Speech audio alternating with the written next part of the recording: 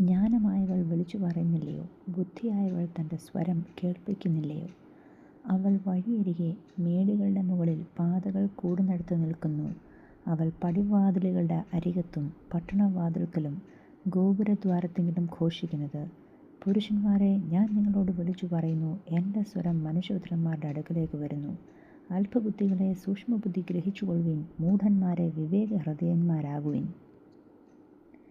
കേൾപ്പിൻ, ഞാൻ ഉത്കൃഷ്ടമായത് സംസാരിക്കും. എൻ്റെ അധരങ്ങളെ തുറക്കുന്നത് നേരിനായിരിക്കും. എൻ്റെ വായ് സത്യം സംസാരിക്കും. ദുഷ്ടത എൻ്റെ അധരങ്ങൾക്ക് അറപ്പാകുന്നു.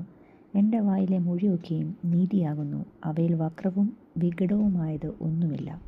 അവയെല്ലാം ബുദ്ധിമാന് വെളിവും